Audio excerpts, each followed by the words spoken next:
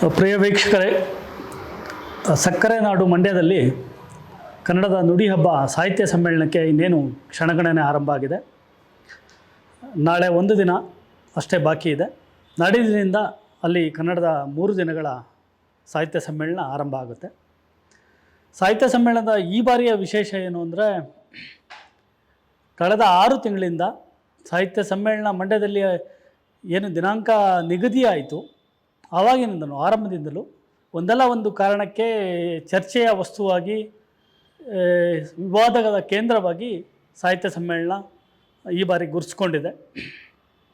ಮುಖ್ಯವಾಗಿ ಸಾಹಿತ್ಯ ಸಮ್ಮೇಳನದ ಸರ್ವಾಧ್ಯಕ್ಷರು ಯಾರಾಗಬೇಕು ಅನ್ನೋ ವಿಷಯದಲ್ಲಿ ಈ ಬಾರಿ ಆರಂಭದಿಂದಲೇ ವಾಗ್ವಾದಗಳು ಶುರುವಾಗಿತ್ತು. ಸಾಹಿತ್ಯ ಸಮ್ಮೇಳನದ ನಡೆಸುವಂಥ ಸಾಹಿತ್ಯ ಪರಿಷತ್ ಕಡೆಯಿಂದ ಈ ಬಾರಿ ಸಾಹಿತಿಗಳಲ್ಲದವರು, ಅಂದರೆ ಸಾಹಿತ್ಯೇತರ ವಲಯದಿಂದ ಅಧ್ಯಕ್ಷರನ್ನ ಆಯ್ಕೆ ಮಾಡಬೇಕು ಅನ್ನೋ ಪ್ರಶ್ನೆ ಬಂದಾಗ ನಾಡಿನ ಬಹುತೇಕ ಸಾಹಿತಿಗಳು, ಬರಹಗಾರರು, ಪ್ರಜ್ಞಾವಂತರು ಭಾಳ ದೊಡ್ಡ ಪ್ರಮಾಣದಲ್ಲಿ ಅದಕ್ಕೆ ವಿರೋಧವನ್ನು ವ್ಯಕ್ತಪಡಿಸಿದರು. ಸಾಹಿತಿಗಳಲ್ಲದವರು ಯಾಕೆ ಕಬ್ಬಿಣದ ಅಂಗಡಿಯಲ್ಲಿ ನೊಣಕ್ಕೇನು ಕೆಲಸ ಎನ್ನುವ ಪ್ರಶ್ನೆ ಮೂಲಕ ಅದನ್ನು ವಿರೋಧಿಸಿದ್ರು. ಕೊನೆಗೂ ಸಾಹಿತ್ಯ ಪರಿಷತ್ತು ನಾಡಿನ ದನಿಗೆ ಮಣಿದು ನಾಡಿನ ಪ್ರಮುಖ ಸಾಹಿತಿಗಳು, ವಿಚಾರವಂತರು ಮತ್ತು ಪ್ರಗತಿಪರ ಚಿಂತಕರು ಆದಂಥ ಗೋರು ಚನ್ನಬಸಪ್ಪ ಅವರನ್ನು ಆಯ್ಕೆ ಮಾಡಿತು. ಆ ಮೂಲಕ ಅಲ್ಲಿಗೆ ಒಂದು ವಿವಾದ ಬಗೆಹರಿತು ಅನ್ನೋಷ್ಟೊತ್ತಿಗೆ ಬಾಡೂಟ ಬೇಕು ಅನ್ನೋ ಒಂದು ಧ್ವನಿ ಹೇಳ್ತು. ಅದು ವಿಶೇಷವಾಗಿ ಮಂಡ್ಯ ಅಂದ್ರೇ ಸಕ್ಕರೆ ಮತ್ತು ಬಾಡೂಟದ ನೆಲ. ಅದು ಕನ್ನಡವನ್ನು ಎಷ್ಟು ಪ್ರೀತಿಸ್ತಾರೋ ಮಂಡ್ಯದ ಜನ ಬಾಡೂಟವನ್ನು, ಸಕ್ಕರೆಯನ್ನು ಅಷ್ಟೇ ಪ್ರೀತಿಸ್ತಾರೆ. ಆ ಕಾರಣಕ್ಕೆ ಮಂಡ್ಯದಲ್ಲಿ ನೀವು ಸಮ್ಮೇಳನ ಮಾಡ್ತೀವಿ ಅನ್ನೋದಾದರೆ ಮಂಡ್ಯದ ಅಸ್ಮಿತೆಯಾದಂಥ ಬಾಡೂಟವನ್ನು ಕೂಡ ಈ ಬಾರಿ ಸಾಹಿತ್ಯ ಸಮ್ಮೇಳನದ ಭೋಜನ ಪಟ್ಟಿಯಲ್ಲಿ ಅಳವಡಿಸಬೇಕು ಅನ್ನೋ ಬೇಡಿಕೆ ಕೂಡ ಹೇಳ್ತು. ಅದು ಯಾವ ಮಟ್ಟಕ್ಕೆ ಹೋಯಿತು ಅಂದರೆ, ಸರ್ಕಾರ ಸಾಹಿತ್ಯಾಸಕ್ತರಿಗೆ, ಸಾಹಿತ್ಯದ ಅಭಿಮಾನಿಗಳಿಗೆ ಬಾಡೂಟವನ್ನು ಕೊಡದೇ ಇದ್ದರೆ ಮಂಡ್ಯದ ಜನ ನಾವೇ ಕೊಡ್ತೀವಿ, ನಮ್ಮ ಮನೆಯಿಂದ ಕುರಿ ಕೋಳಿಗಳನ್ನು ತಂದು ಬಾಡೂಟವನ್ನು ಬಡಿಸ್ತೀವಿ ಅನ್ನೋ ಮಟ್ಟಕ್ಕೆ ಹೋರಾಟ ಹೋಯಿತು. ಆ ಕೂಗು ಒಂದು ತೀವ್ರತೆಯನ್ನು ಪಡೀತು. ಸರ್ಕಾರ ಈ ವಿಷಯದಲ್ಲಿ ಇಕ್ಕಟ್ಟಿಗೆ ಸಿಲುಕಿತು. ಆದರೆ ವಾಸ್ತವವಾಗಿ ಏನು ಸಂಗತಿ ಏನು ಅಂದರೆ, ಈ ಬಾಡೂಟದ ಪ್ರಶ್ನೆ ಹುಟ್ಟಲಿಕ್ಕೆ ಕೂಡ ಸಾಹಿತ್ಯ ಪರಿಷತ್ತು ಮತ್ತು ಅದರ ಧೋರಣೆ ಕಾರಣ ಆಯಿತು. ಸಾಹಿತ್ಯ ಸಮ್ಮೇಳನದಲ್ಲಿ ಇದನ್ನು ಸ್ಟಾಲ್ಗಳು, ಮಳಿಗೆಗಳನ್ನು ಹಾಕುವ ವಿಷಯದಲ್ಲಿ ಮಳಿಗೆ ವ್ಯಾಪಾರಸ್ಥರಿಗೆ ವಿಧಿಸುವ ಷರತ್ತುಗಳ ಪಟ್ಟಿಯಲ್ಲಿ ಮದ್ಯಪಾನ, ಧೂಮಪಾನಗಳ ಜೊತೆಗೆ ಮಾಂಸಾಹಾರವನ್ನು ಕೂಡ ಸೇರಿಸಿ ಇದು ನಿಷೇಧಿತ ಪಟ್ಟಿ ಅಂತ ಒಂದು ಪಟ್ಟಿಯನ್ನು ಬಿಡುಗಡೆ ಮಾಡ್ತು. ಈ ನಿಷೇಧಿತ ಪಟ್ಟಿ ಬಿಡುಗಡೆ ಆದಮೇಲೆ ಬಾಡೂಟದ ಹೋರಾಟ ಇನ್ನಷ್ಟು ತೀವ್ರತೆ ಪಡೀತು.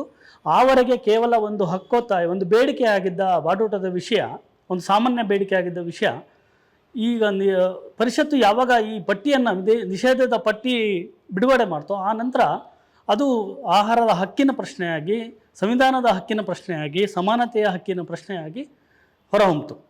ಸೊ ಆ ಮೂಲಕ ಸಾಹಿತ್ಯ ಸಮ್ಮೇಳನ, ಸಾಹಿತ್ಯ, ಸಂಸ್ಕೃತಿ ಈ ಥರ ವಿಷಯಗಳ ಚರ್ಚೆಯ ಒಂದು ಮುನ್ನೆಲೆ ಆಗುವ ಬದಲು ಬಾಡೂಟ ಮತ್ತು ಊಟ ಸಸ್ಯಾಹಾರವೇ ಮಾಂಸಾಹಾರವೇ ಅನ್ನೋ ಪ್ರಶ್ನೆಯ ಸುತ್ತರಿಯೋಕ್ಕೆ ಶುರುವಾಯಿತು.